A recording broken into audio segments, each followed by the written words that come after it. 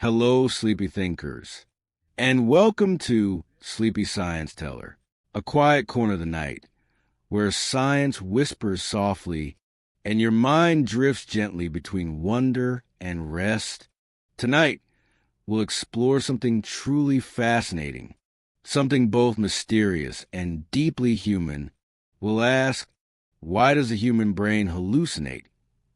Even without drugs, hallucinations, they sound like something that happens only in illness or under the influence of strange chemicals.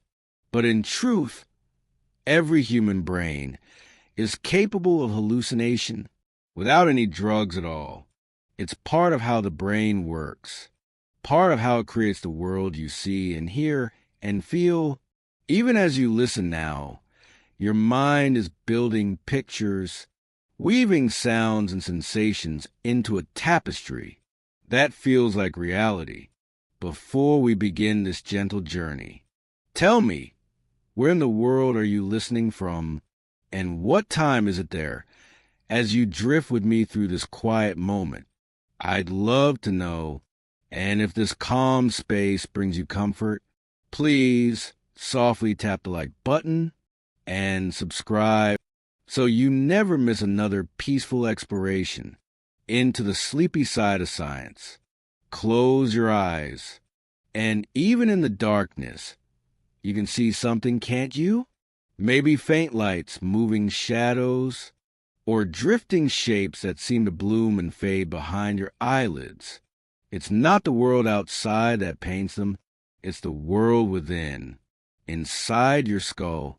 In that soft and folded landscape we call the brain, there is an artist, one that never stops painting.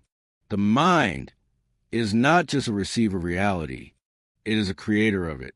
Every color you see, every sound you hear, every scent, texture, and memory, all of it is painted upon an inner canvas, a canvas that exists nowhere else but in your mind. Scientists have long known that perception is not a simple mirror of the world. When light enters your eyes, it doesn't carry an image. It carries only tiny pulses of energy, tiny messages written in brightness and shade. The brain takes those signals and builds a world out of them. You see, the world you experience is not out there, it's in here. An ever-changing painting created by billions of neurons, all whispering to each other in the dark. When you look at a tree, you are not truly seeing the tree itself. You are seeing your brain's best guess, its personal recreation of what a tree might be. This act of painting happens so quickly and so beautifully that we mistake it for simple seeing. But in truth, every moment, your mind is constructing an illusion so seamless that it feels real. And sometimes, when the senses grow still, when the outside world grows quiet, that artist in your mind keeps painting. It paints without permission. It creates images, lights, and sound that have no physical source, yet feel as vivid as any waking sight. This is the beginning of hallucination, not the kind born from chemicals or illness, but the kind that reminds us how creative the mind truly is. In the silence of a dark room, when your eyes are closed, your mind continues to hum softly, turning the void into vision and the quiet into meaning. The brain is a storyteller, and it cannot help but tell stories, even when the world gives it nothing to work with. That is the mind's mysterious canvas, an invisible screen on which reality is drawn, erased, and redrawn again and again with every passing breath. Imagine for a moment that the inside of your brain is a vast, glowing workshop. Billions of tiny artists' neurons each hold a brush. They paint with light, with electricity, sending colors and patterns across an unseen canvas. This canvas is your perception, your living experience of reality. Even when you think you are simply observing the world, you are, in truth, recreating it.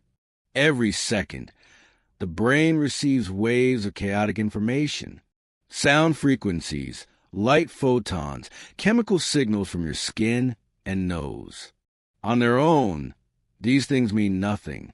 It is the brain that organizes them, weaves them into something coherent, and gives them beauty. But here's the secret. The brain does not wait for information. It anticipates it. It predicts what the next moment should look like. It fills in the gaps and completes the picture before your senses have finished their work. This prediction process is what allows you to see smoothly, to move through life without constant confusion. But it also means that everything you see is partly invented. If you stare long enough at a plain wall, you might start to see patterns, lines, textures, even faint shapes. The wall isn't changing, but your mind's artist is restless. It's painting details that aren't there simply because it expects something to be. And that expectation, that quiet act of creative guessing, is what lies at the heart of hallucination. When the mind becomes too quiet or too lonely for input, it begins to fill the silence with art. Like a painter left in an empty room, it picks up its brush and begins to create. Sometimes it paints softly, shapes of light that drift like mist behind your eyes. Other times it becomes vivid, faces, voices, scenes that feel impossibly real. But at all times, it is the same artist, the same brain, doing what it always does, turning nothing into something and something into meaning. You see, hallucination is not an error of the mind. It's an extension of its normal function. The same processes that help you see the real world also allow you to imagine one, and at times confuse the two.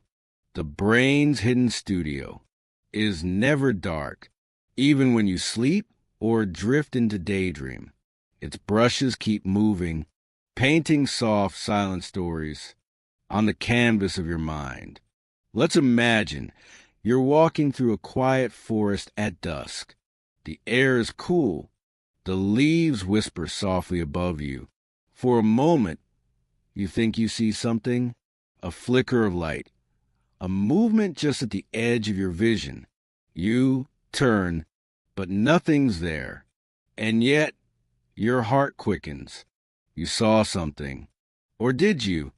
In truth, what you saw was your brain's best guess. It filled in the shadows, added a shape because it expected something to be there. The forest was real, but the flicker was painted by that same artist within who refuses to leave any space blank. This blending of imagination and perception is what makes us human. It's why we see faces in the moon, why we sense presence in the empty dark, why every creak, every whisper carries a hint of meaning, because our brains are not passive recorders. They are poets, painters, storytellers, making sense of chaos by turning it into something we can believe in. Even scientists, with their instruments and studies, cannot fully separate perception from imagination. In brain scans, the same areas that light up when we truly see something also glow when we only imagine it. It's as if the brain cannot tell the difference. Or perhaps it doesn't want to, because to the mind, imagination is a form of survival. It allows us to predict danger, to visualize love, to dream of tomorrow. And when that imagination spills into waking life, we call it hallucination. So when you close your eyes tonight and see colors dance across the darkness, remember, it's not just your imagination. It's the artist inside you still awake, still painting. Even as you drift away, the mind's mysterious canvas is always alive, always shifting, always painting. It's not a flaw of the brain, it's its gift. Because without that power, we could never dream, never create, and never truly see. There's a strange moment right between waking and sleep when your body feels heavy, your thoughts begin to drift, and reality starts to shimmer at its edges. You might see shapes of light, hear faint voices, or feel as though someone is near, even when you know you're alone. That in-between state is where dreams are born and where hallucinations often begin. Dreams and hallucinations are not separate worlds. They're neighboring lands, connected by invisible bridges, deep within the folds of the brain.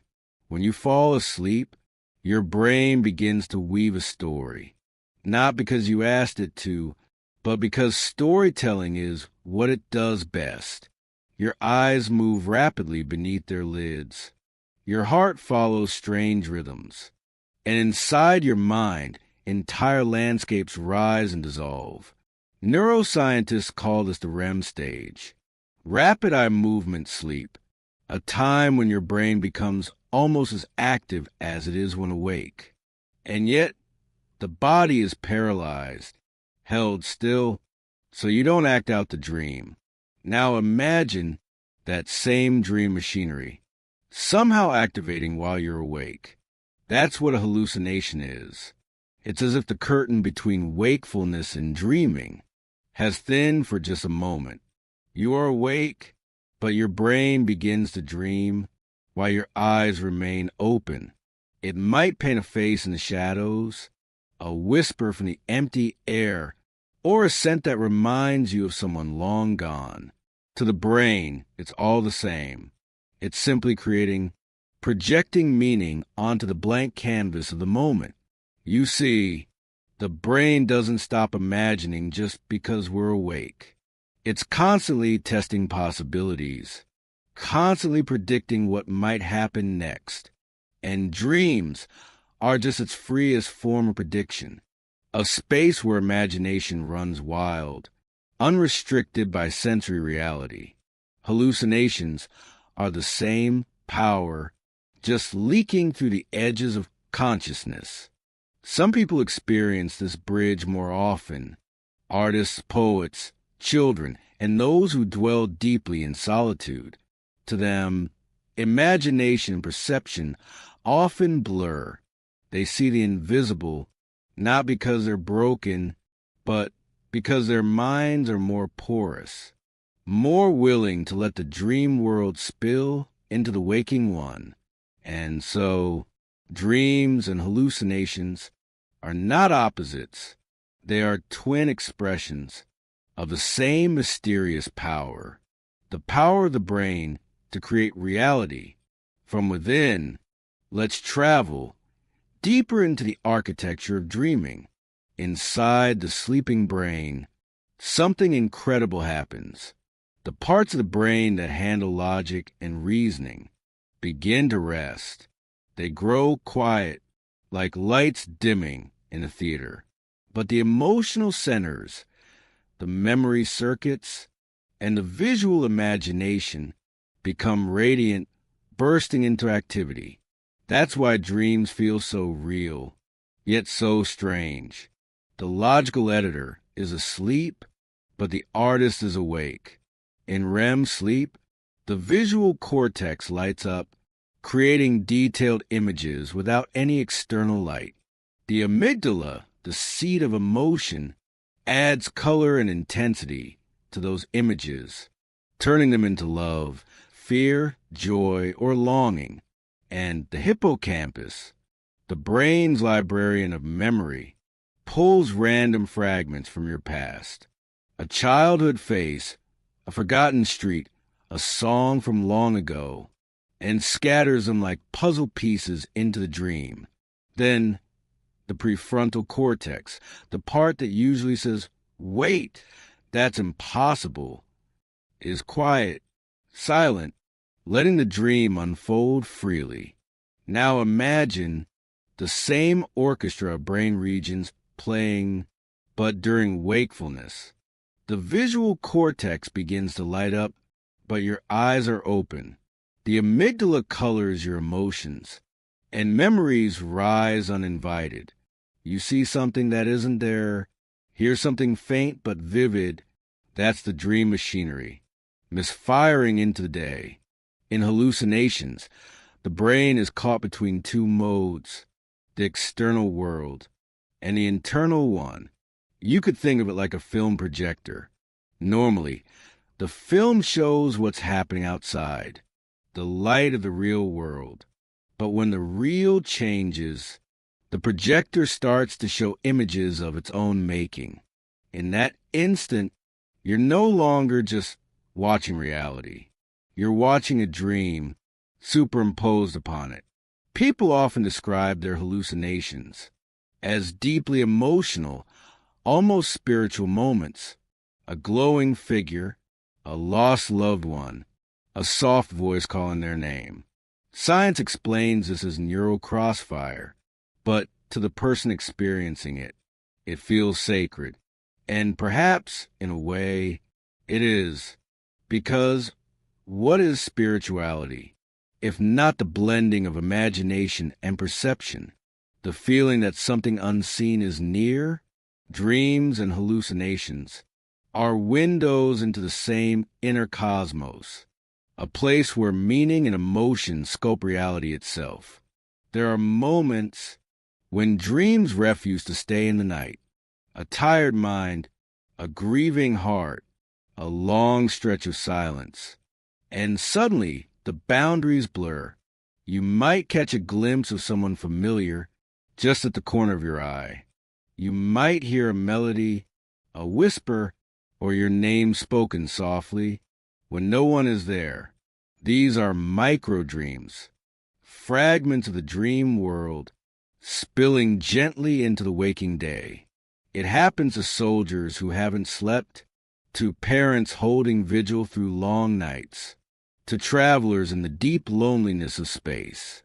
It happens to all of us, sometimes in the hush before dawn, or the stillness after loss. Neuroscientists have even studied this phenomenon. They call it hypnagogic or hypnopompic imagery, those flickers of vision and sound that come as we fall asleep or begin to wake. And here's what's remarkable. The brain's activity in these moments looks almost identical to dreaming. The visual cortex, the emotional centers, the memory circuits, they all light up even while the body is awake. It's as if the dream refuses to let go. Some people describe seeing faces in the dark. Others hear music or feel a gentle touch. It's not madness. It's the same creative process that paints your dreams each night. The mind, after all, is not bound by sleep or wakefulness. It flows like a river, carrying imagination through every state of consciousness. And so, hallucinations and dreams are not different streams. They are the same current flowing through different landscapes. When the mind is fully awake, that current stays mostly hidden beneath the logic of daylight. But when we tire, or when we're alone, or when emotion stirs too deeply, the current rises, and the dream world touches the real one. Some see this as a flaw of the brain, an error of perception, but perhaps it's a gift, because in those moments, we glimpse the secret, that the line between reality and imagination is thinner than we ever believed. When your mind paints a dream, and when it paints a hallucination, it's using the same brush, the same colors, the same longing to create meaning in the void. Dreams and hallucinations are close cousins indeed, each a doorway to the same mysterious truth, that the world we see exists not only around us, but within us. Imagine floating in perfect silence. No sound, no light, no warmth or cold, only the slow rhythm of your breath. For a moment it feels peaceful, but as the seconds stretch, the stillness begins to hum. Tiny flickers of light, shapes, whispers, emerge from the darkness, and they feel real. This is the mystery of the human brain. It cannot tolerate nothingness. Even in the absence of the world, it invents one. When we are deprived of sensory input, no sights, no sounds, no touch, the brain doesn't go silent. It becomes louder. It starts to generate its own signals, filling the void with self-created experiences. It paints the unseen, composes sounds from silence, turns emptiness into meaning. Scientists have explored this through what are called sensory deprivation chambers, sealed, soundless tanks filled with warm water, where people float effortlessly in total darkness. At first, the experience feels calm, like drifting in space. But after a few minutes, the mind begins to wander and then to create. People report seeing patterns of light, like shimmering stars or glowing webs. Some hear faint music or feel invisible touches on their skin. These are hallucinations, but they don't come from fear or illness. They come from the brain's deep need for input. The human mind evolved to expect stimulation, a steady stream of color, sound, texture, and motion. When that stream stops, the mind compensates. It begins to generate its own data, its own reality. It's like a storyteller left in an empty theater who, rather than sitting in silence, decides to perform alone for an audience of one. Even astronauts in deep space have described this. In the black stillness beyond Earth, where no air carries sound, and stars remain motionless, they sometimes hear voices or see faint flashes of light. They call them cosmic rays. But the experience feels human, emotional, like the universe itself is whispering back. These moments remind us that perception is not passive. It is an active act, a continuous painting of the world, maintained even when the paint runs dry. And when the senses go silent, the artist within keeps painting anyway. The brain is never truly still. Even in total darkness, it hums with activity. If you could listen to it, you'd hear billions of neurons whispering in electrical murmurs. A living orchestra without conductor or pause. This constant activity is not random. It's the brain rehearsing the world. Every moment of your life, the brain has learned to predict what comes next. A sound, a shape, a familiar texture beneath your fingers. When those inputs vanish, the predictive machinery keeps running. It keeps sending out guesses, expectations, and images. This process is known as spontaneous neural activity. Even without outside signals, neurons fire in familiar patterns, patterns that once represented sights, faces, and memories. And so, in the quiet of sensory deprivation, your brain begins to replay those patterns. It reawakens the circuits for vision and hearing. Even though no real signals are arriving, the result feels like a hallucination. But what you're really experiencing is the echo of your own mind. Some studies have shown that within minutes of complete sensory deprivation, people begin to see geometric shapes, grids, spirals, waves of color. It's the same visual cortex, the same network that processes light, but now it's processing itself. You can think of it like a radio that's been tuned away from all stations. The static you hear isn't coming from the world outside. It's the device listening to its own electricity. That's what the brain does, too. It listens to itself. And in that self-listening, it begins to dream awake. One participant in a sensory experiment described it beautifully. At first I felt alone. Then I realized I was surrounded by my own mind. It showed me pictures, memories, and little bursts of light, like stars being born. Such accounts may sound poetic, but they are deeply scientific. They reveal how the brain's hunger for stimulation can transform absence into creation. The mind cannot bear a blank page, so it writes. It writes in color and sound until the silence feels alive again. Now, imagine a man living deep in a cave, away from sunlight, for weeks at a time. Researchers have studied people like him, isolated explorers, miners, even solo sailors. They report seeing things, hearing faint voices, and feeling as if time itself begins to bend. Without light or sound, their sense of reality loosens. Dreams slip into waking life, and waking life slides softly into dream. It's not madness, it's adaptation. The brain is trying to maintain balance, to keep you aware, engaged, and oriented, even when the outside world offers nothing to hold on to. In these conditions, some people describe visual symphonies, bursts of light that pulse in rhythm with their heartbeat. Others speak of hearing phantom footsteps, or music that drifts from nowhere.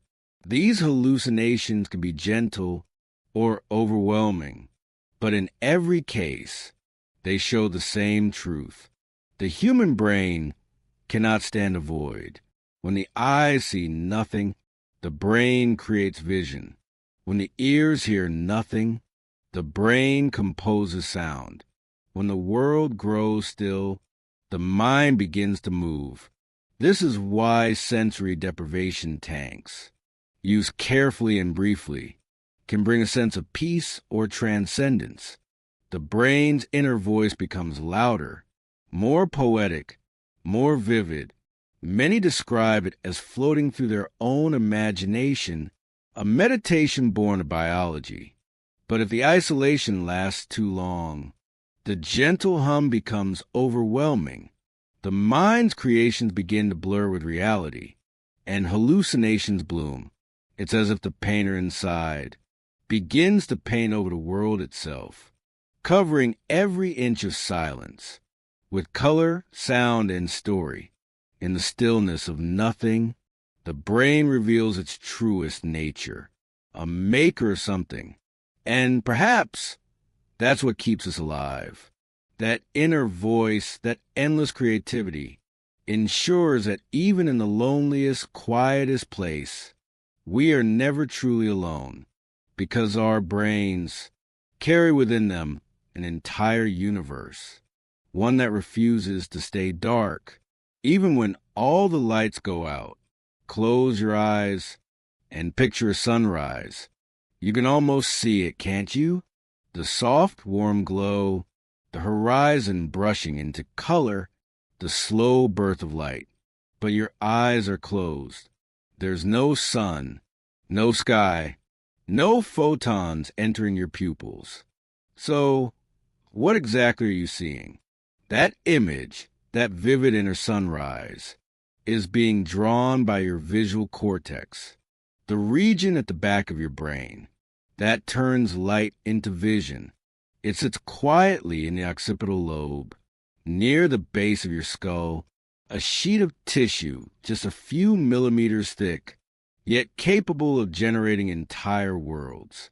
Every time you open your eyes, billions of light particles strike your retinas. They're turned into electric signals, streams of information that travel down the optic nerves and arrive at the visual cortex. And there, the magic happens. Those signals are decoded, shaped, and reassembled into color, shape, motion, and depth. A flicker of light becomes a leaf. A thin contrast of shade becomes a mountain's edge. A pattern of motion becomes a bird in flight. The visual cortex is not just a passive receiver. It's a creator, a painter. It builds a model of the world based on the light it receives. And sometimes, even without it, when you imagine a sunset or dream of a place you've never been, your visual cortex lights up, just as it would if you were truly seeing it.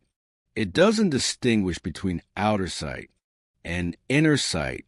To the brain, both are real, and this is where the mystery deepens, because in states of silence, darkness, or sensory deprivation, when the eyes see nothing, the visual cortex still hungers for color. It begins to generate images on its own, patterns, lights, shapes, self-created visions born from memory and imagination. It's the same mechanism that gives birth to dreams, to creativity, and even to hallucinations. The painter behind your eyes never stops painting, even when the world takes away its brush. Let's travel for a moment into the strange world of phosphenes. If you've ever rubbed your eyes in darkness, you may have seen little sparkles, or glowing rings of color that pulse and fade. Those are phosphenes, visual sensations without light. They happen because the visual cortex and the retina itself can be stimulated from within. A simple touch or bit of pressure triggers electrical activity in those neurons, and the brain interprets it as vision. It proves something astonishing, that seeing does not require light. It only requires the brain's belief that something is being seen. In scientific studies, people who were placed in complete darkness for extended periods began to see faint geometric patterns, lattices, webs, or bursts of color. Functional MRI scans show that during these moments, the visual cortex becomes active, just as if the person were staring at a real image. The brain, deprived of external light, creates internal light. Some even describe these visions as deeply emotional or spiritual. The sense that the darkness itself is alive and luminous. One scientist once called this phenomenon the eyes of the mind opening inward. And it's true, in silence and absence, the brain doesn't shut down. It turns inward. It begins to project from within, casting its own light across the theater of thought. Artists, monks, and dreamers have experienced this for centuries. A vision that doesn't depend on the sun or the stars, but on the quiet electrical fire that burns inside every one of us. In fact, this is why imagination feels visual at all. When you remember a face, when you think of your childhood room, or when you dream, it's your visual cortex painting the memory, replaying the light of moments long gone.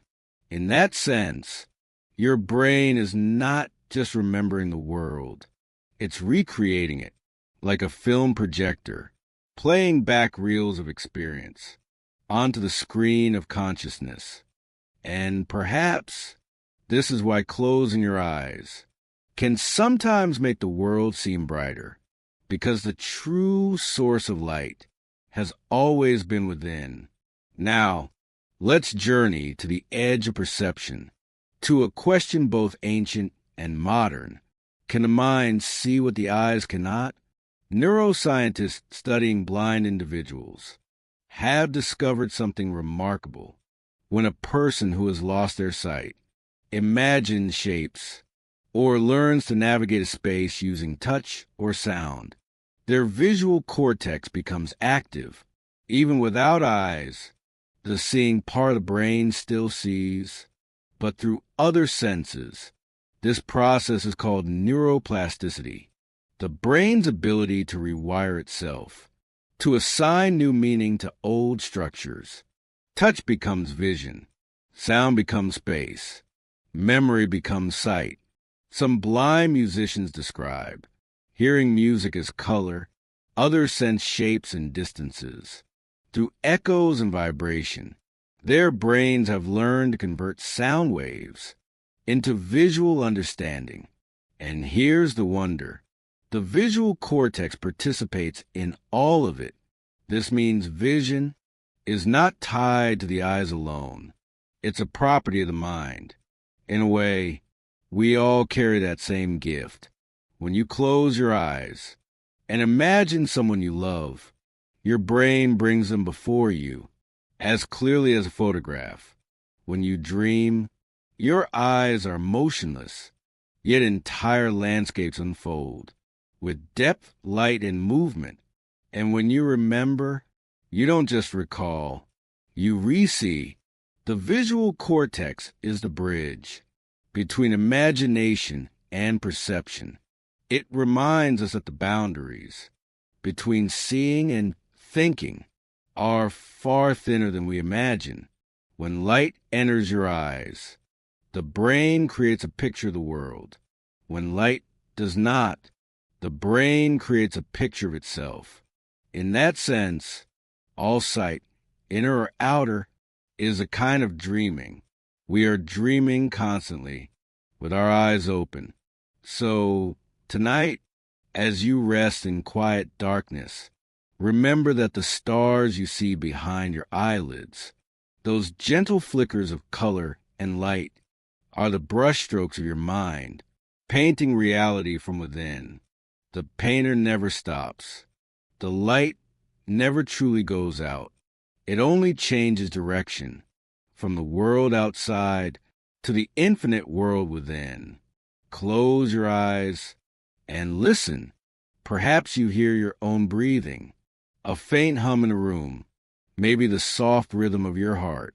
And underneath it all, you might notice something subtler, a quiet voice that seems to speak from nowhere. It might whisper your name, or replay an old conversation, or simply hum a melody from long ago. That voice, so familiar and so close, is your inner narrator, the part of your mind that speaks silently to guide your thoughts.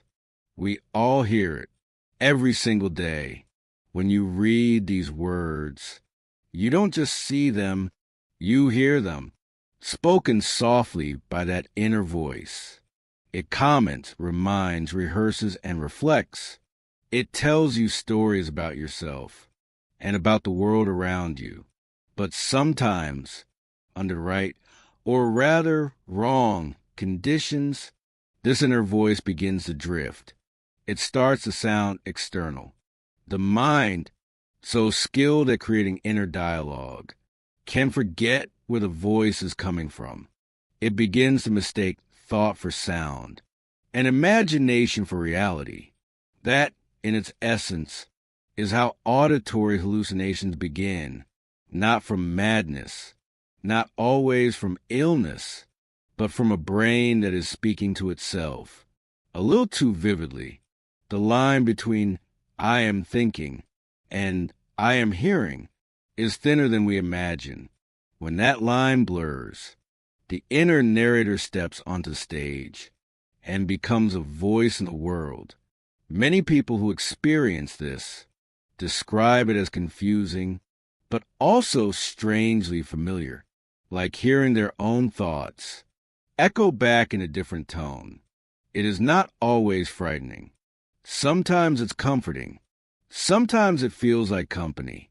In the long hours of loneliness, the human brain, ever social, ever yearning for connection, will sometimes create one, a voice, a presence, a companion in the silence.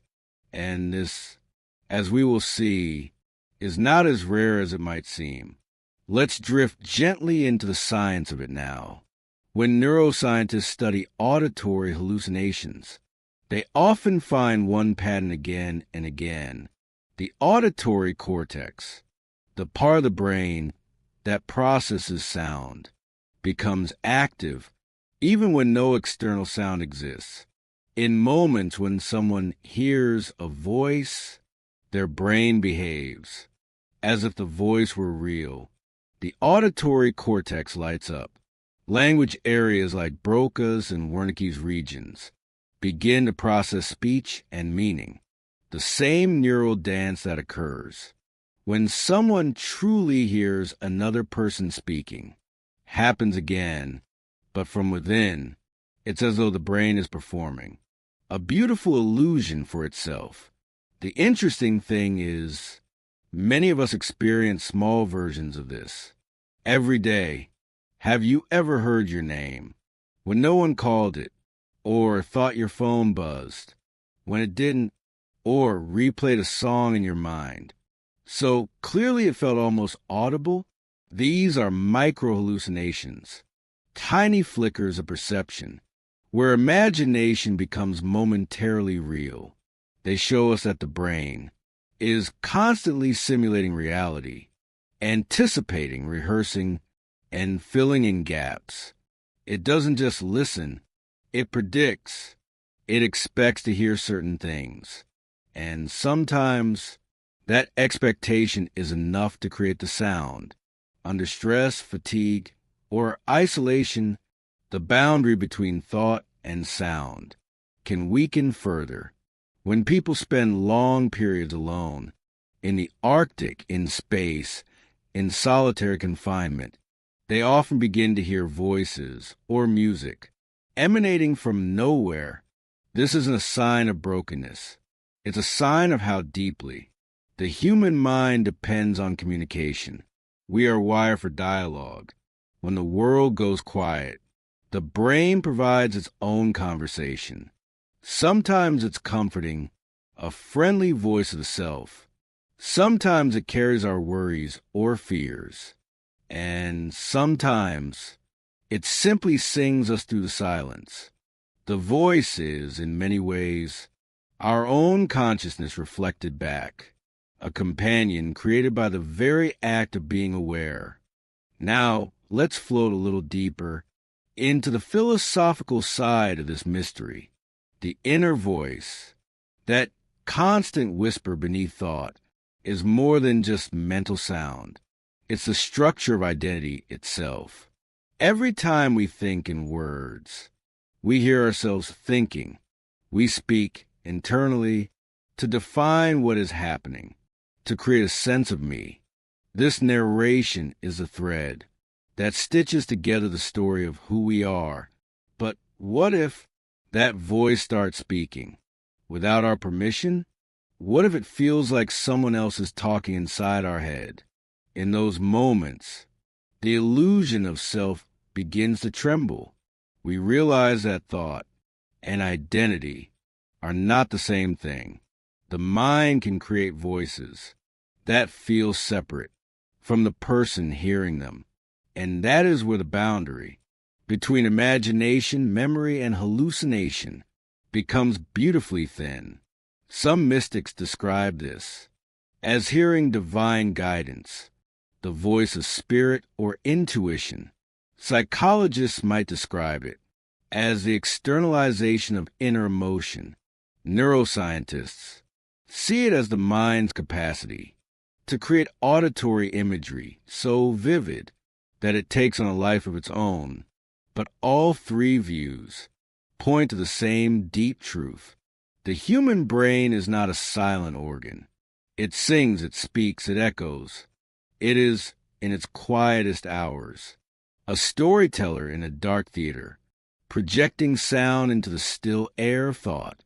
So, when you next hear that gentle voice within, the one that comforts you when you're alone, that rehearses your dreams, or softly repeats your favorite song, remember that it's part of your design. It's not just you thinking. It's your brain keeping you company. And in those rare, mysterious moments, when that voice seems to come from outside, it may be the mind simply reminding you how powerful its imagination truly is. For the voice inside us, isn't a sign of chaos. It's a sign of creativity, of consciousness echoing within itself, like two mirrors facing one another, reflecting awareness forever inward. And perhaps that infinite echo is what it means to be truly human. Stress, it's a word we use so often, but rarely do we feel how physical it truly is.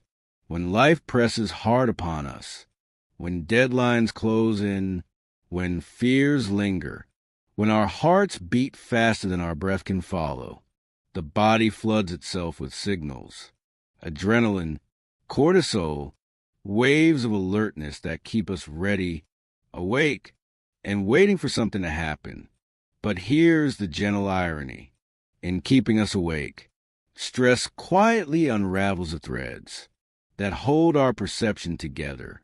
The more pressure the mind feels, the more noise fills its circuits. The senses become tense, vigilant, almost hyperactive. Every shadow seems sharper, every sound feels heavier, every thought hums louder than before. It's as if the brain, in its effort to protect us, turns the volume of reality up too high. And in that over-amplified space, the imagination begins to leak through, a voice misheard, a flicker of light mistaken for motion, a shape forming where none exists. These are the subtle beginnings of hallucination. When stress persists for days or weeks, the mind's filters grow thin. The border between thought and perception loses its firmness. The brain begins to interpret its own tension as something happening outside itself. For example, a soldier on the battlefield, a doctor working endless shifts, a parent awake for nights on end. They may start hearing their name in random noise or catch sight of someone who isn't there at all. These aren't signs of insanity. They are signs of a mind pushed beyond its natural rhythm. Stress doesn't just tire the body. It distorts the mind's internal compass. And when that compass begins to spin, the imagination takes the wheel. Now, let's drift deeper into the quiet but dangerous realm of sleep loss. Imagine staying awake for 30 hours, then 40, and then longer still.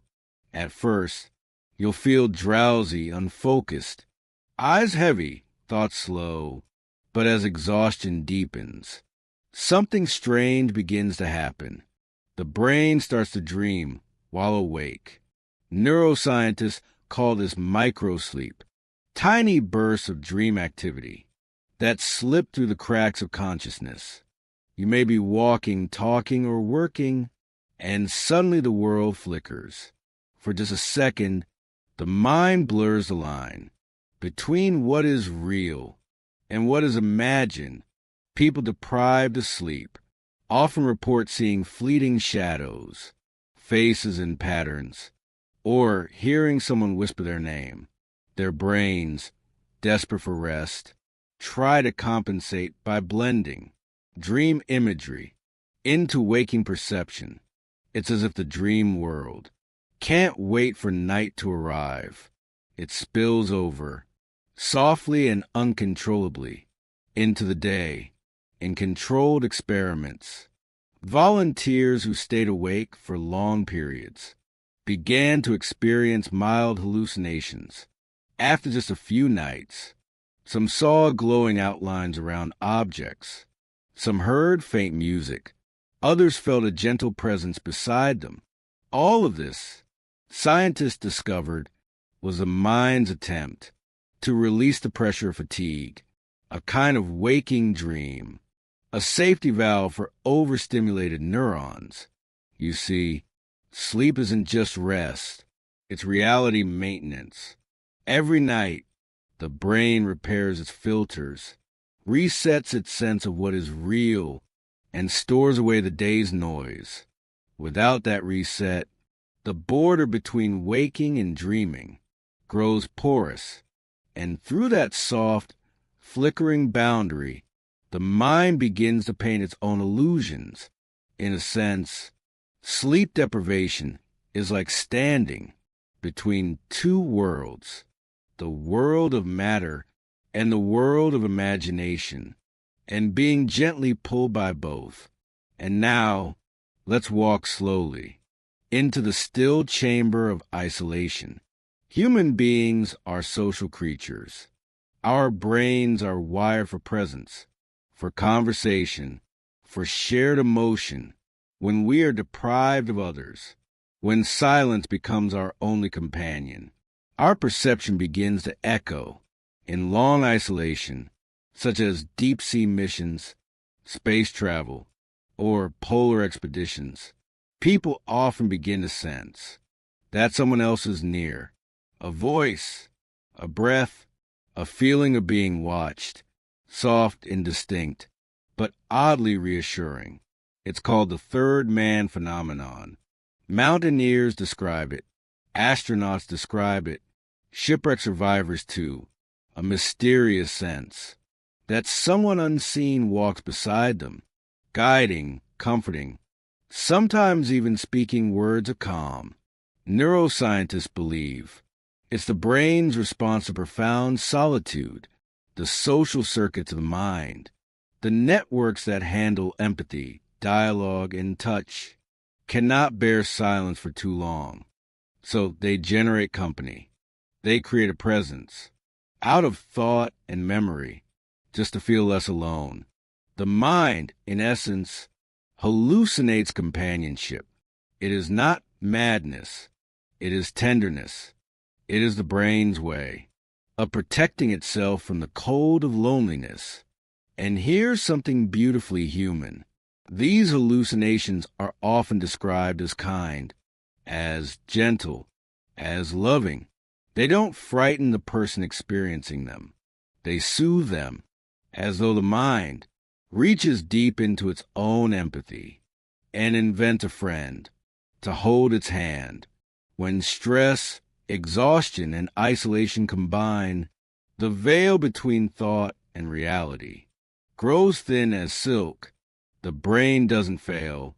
It adapts. It bends perception to preserve meaning. It chooses comfort over emptiness. And that, perhaps, is one of the most remarkable things about being human. Even when the world grows silent, the mind continues to speak. Even when the eyes are tired, it continues to see. Even when the body is alone, it creates company from the warmth of its own imagination, because to the human brain, reality is not a fixed stage.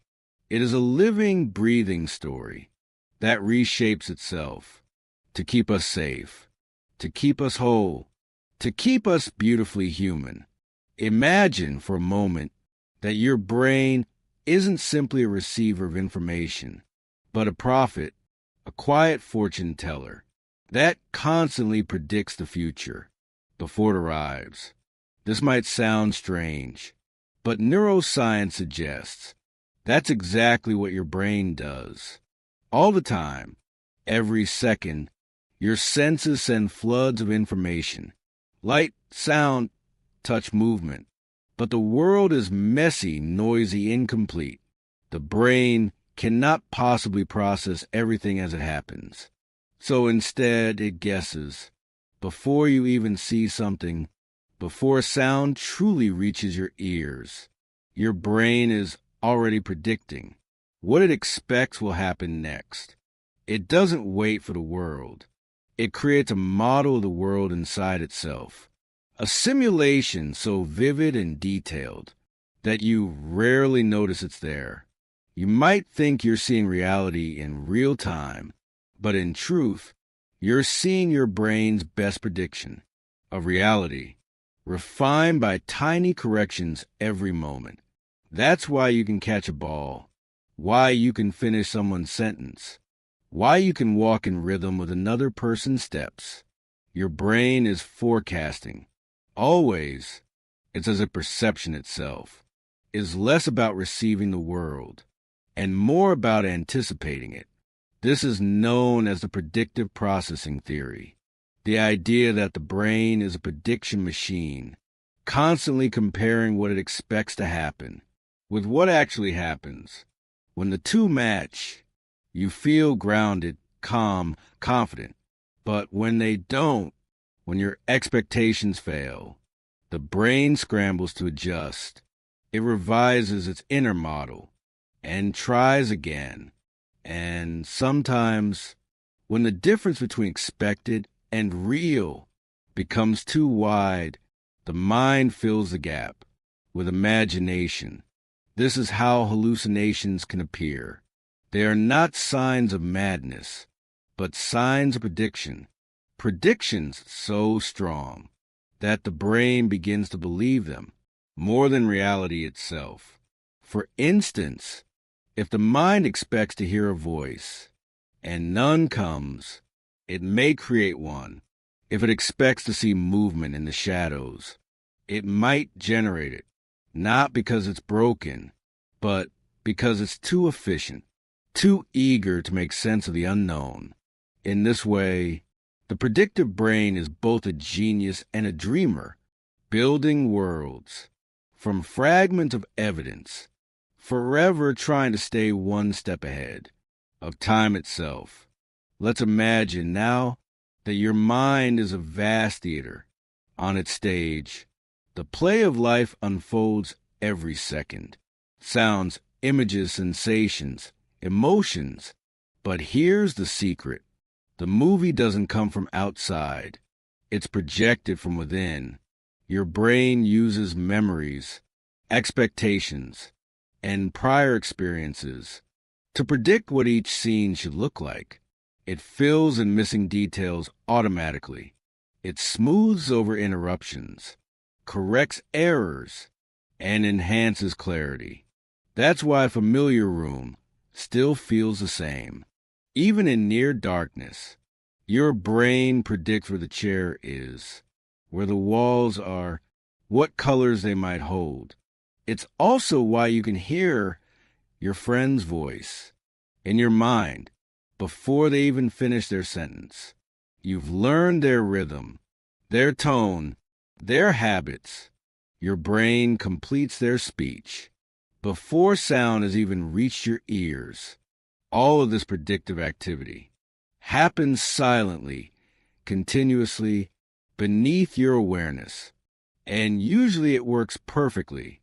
But sometimes, when the world becomes uncertain, when sleep is lost, when stress is high, or when the senses fall quiet, the predictive engine keeps running. Without enough data to correct itself, the mind continues to forecast. But now the feedback loop breaks. No external input, no correction, only imagination feeding imagination. This is when hallucinations bloom. They are not random. They are the brain's creative attempt to keep its inner movie consistent. It's as though your brain says, I expected to see something, so I'll create it. And because the mind trusts its own predictions more deeply than raw sensation, it accepts the hallucination as true. In a fascinating study, scientists found that even in perfect silence, some people reported hearing faint tones. Brain scans revealed that their auditory cortex had predicted sound, and in doing so, created it. A thought became a perception. A prediction became a moment of reality. We think of hallucinations as errors, but in many ways, they are the brain's most impressive performance. A simulation so powerful that it overrides the input of the senses. It shows us that perception is not passive, it's creative. We don't just see the world. We build it every instant inside our minds. Now let's breathe softly and think about this. If your brain constantly predicts reality, then imagination and perception are two sides of the same coin. When you picture a rose in your mind, the same visual regions activate as when you look at a real one. When you hear a song in memory, your auditory cortex hums to life, playing the tune inside your skull, as if the air around you were vibrating. You are both the observer and the creator of your world. And yet this ability to imagine, to predict, to create is a fragile balance. If predictions become too weak, the world feels fragmented and uncertain. If they become too strong, the world becomes replaced by illusion. The art of sanity, you might say, is the art of prediction, held gently in check by the senses. This balance shifts throughout your life. In childhood, imagination is vivid, predictions wild and colorful. In adulthood, they become more disciplined. And in dreams, they're set completely free. Dreaming, after all, is just prediction without correction, the brain's inner theater, running without input from a world. It's pure imagination, unchecked and unbounded. And that same mechanism, under certain waking conditions, can give rise to hallucinations. So when someone hallucinates, they are not losing touch with reality. They are touching the raw machinery that builds it. The predictive brain theory tells us that perception itself is the most constant hallucination of all, a controlled, stable, collective dream we call the real world. And maybe that's what makes existence so beautifully mysterious. Reality isn't something outside us.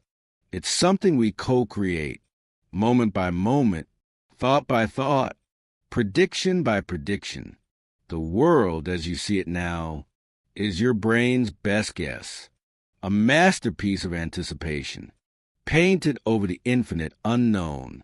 So as you rest tonight, remember, your mind is not simply reacting to life. It is composing it. Every sound, every sight, every heartbeat and whisper of wind is first imagined, then believed, then lived. And perhaps in that quiet realization, you can feel just how wondrously alive your imagination truly is. Close your eyes for a moment and imagine a painter standing before a blank canvas. In her hand, a brush hovers gently in the air, but instead of colors and pigments, she paints with thoughts, with sensations, with memory and imagination. That painter is your brain, for all its complexity, for all its neurons and chemistry. The brain is, at its heart, an artist. It doesn't just record reality, it creates it. Every moment of your life, you experience a masterpiece in motion, your personal world, made up of sound, color, shape, and meaning. And much of that world is not truly out there. It's in here, within you, when your brain hallucinates, whether through exhaustion, sensory deprivation, or even in dreams. It is showing you just how creative it can be. Not destructive, not broken, but deeply imaginative, because hallucinations are not random noise. They have structure, they have story, they have emotion.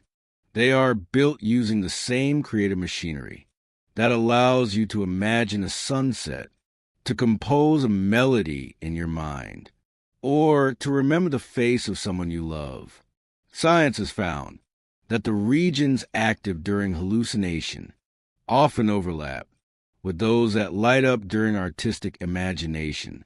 The visual cortex, the auditory areas, the limbic system, all working together as if composing a private symphony of perception and feeling. It's as though the brain, in moments of silence or stress, turns inward and says, if the world is quiet, I will make my own. This isn't madness. its creativity unbound. Throughout history, many visionaries, poets, and thinkers have spoken of seeing vivid images or hearing voices in times of solitude.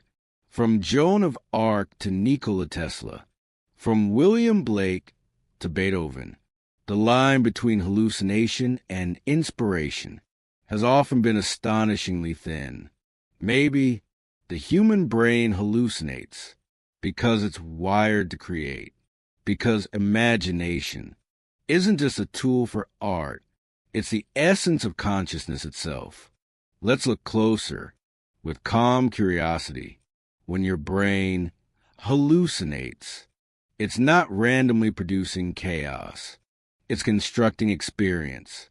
It uses memories as pigments, emotions as brushstrokes, and expectations as its guiding light.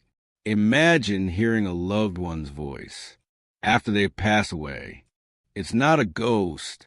It's your mind deeply longing, reaching back through memory to bring comfort, or think of someone, seeing patterns on the ceiling when half asleep. That's not magic. It's the brain's imagination, dancing across the edge of consciousness, creating images from neural whispers. Every hallucination is, in some sense, a story, a personal narrative, born from memory, emotion, and anticipation. This is why, in certain cultures, hallucinations are seen not as illnesses, but as visions, gateways to wisdom, or reflections of the inner spirit. Modern neuroscience tells us that the same creative pathways that allow an artist to paint or a writer to dream up a story can also produce hallucinations. The prefrontal cortex, home of abstract thought and imagination, collaborates with sensory regions to generate internally driven perception. In other words, the brain turns imagination into a sensory event. In one fascinating experiment, people were asked to visualize bright colors with their eyes closed. Their visual cortex, the same area used for actual seeing, lit up on brain scans, almost as strongly as if they were looking at real colors. This means the boundary between imagination and perception is astonishingly thin. When the balance tips, imagination spills into perception, and the result is a hallucination. So, when your brain hallucinates, it's not malfunctioning, it's creating, it's testing the edges of what's possible to perceive. In a sense, hallucination is the mind's art form, unintentional, spontaneous, yet breathtakingly intricate. Like an artist painting in the dark, your mind mixes emotion and memory to fill the silence with meaning.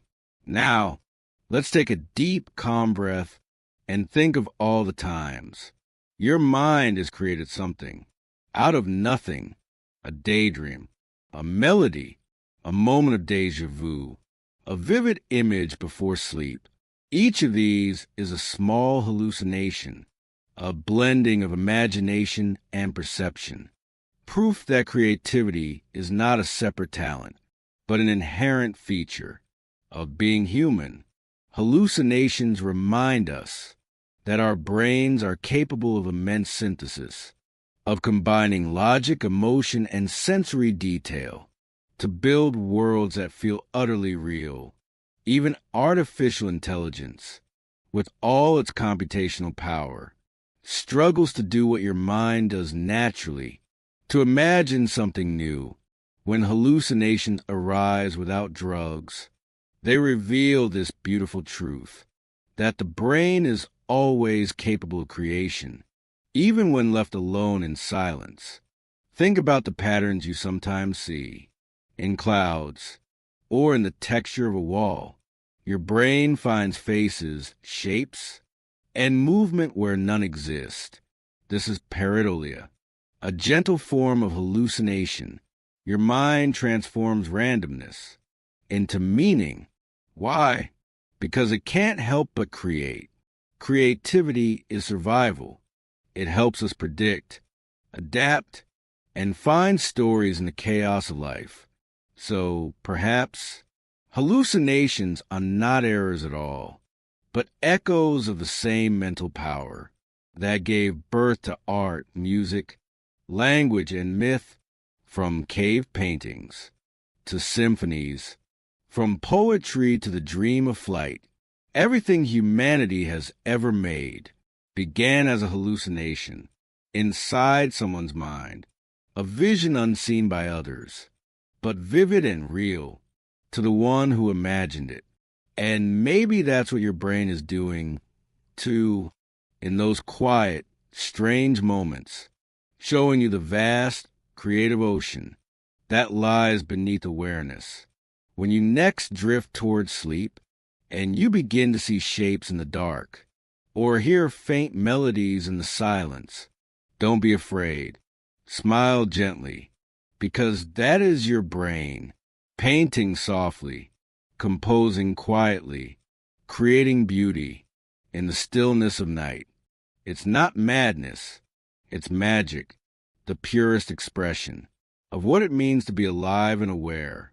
Hallucinations show us that the boundary between the world and the mind is not a wall, but a window.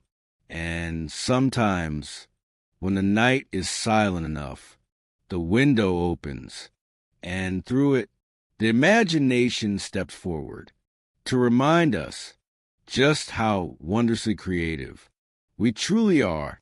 And so, dear dreamer, we come to the end of our journey tonight. We've explored why the brain hallucinates without drugs, how it builds reality, how it predicts, creates, and transforms silence into vision. If there's one thought to take with you into the quiet dark, let it be this: your mind is not a prisoner of the world. It is a painter of it. It creates beauty even in absence, color even in shadow, and meaning even in silence. May your thoughts be gentle tonight. May your imagination rest softly, and may your dreams be filled with light and wonder. Good night and goodbye.